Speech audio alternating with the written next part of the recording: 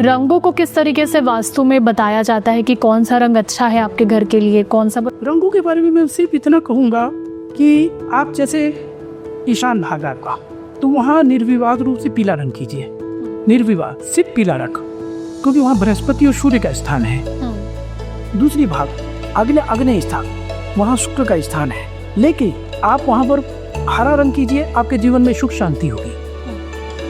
आपका नैऋत्य भाग है, वहाँ पर हल्का नीला रंग कीजिए, क्योंकि वहाँ पर शनि का स्थान, केतु का स्थान है, तो वो आपके लिए बहुत फायदेमंद होता है। सफेद और हरा एक ऐसा कलर है कि आप पूरे घर में, अगर आपको किसी रंगों के बारे में जानकारी नहीं है, तो आप पूरे घर में सफेद या हरा भी करवा सकते हैं। किसी मतलब सफेद एक यूनिवर्सल कलर है, बोलते भी हैं कि पॉजिटिव।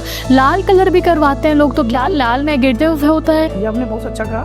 लाल कलर हम लोग जब ही करवा सकते हैं जब किसी जो पर्टिकुलर चीज को हमको निरस्त, उसके भाव को निरस्त करना होता है। हम एक शांत प्रवृत्ति के व्यक्ति, जो व्यक्ति अपने पीछे के भाग में, जैसे आप कभी कभी ऑफिस देखे होंगे, ज्यादातर बहुत लोगों की आदत होती है कि अपने बैकग्राउंड में लाल कलर यूज करते हैं, जो कि नहीं करना चाहिए।